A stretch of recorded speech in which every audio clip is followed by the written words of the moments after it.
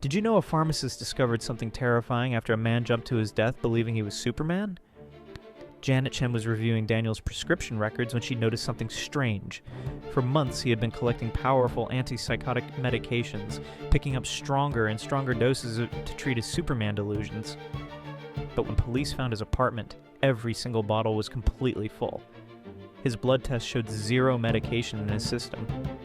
Daniel had never taken a single pill. Janet dug deeper and made a chilling discovery.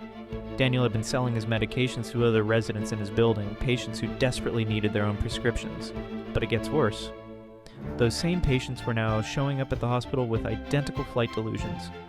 Daniel had been keeping mentally ill people off their medications while filling their minds with his Superman fantasies. The new tenant later found his hidden journal. Daniel called it his plan to create worthy successors who could prove humans could fly.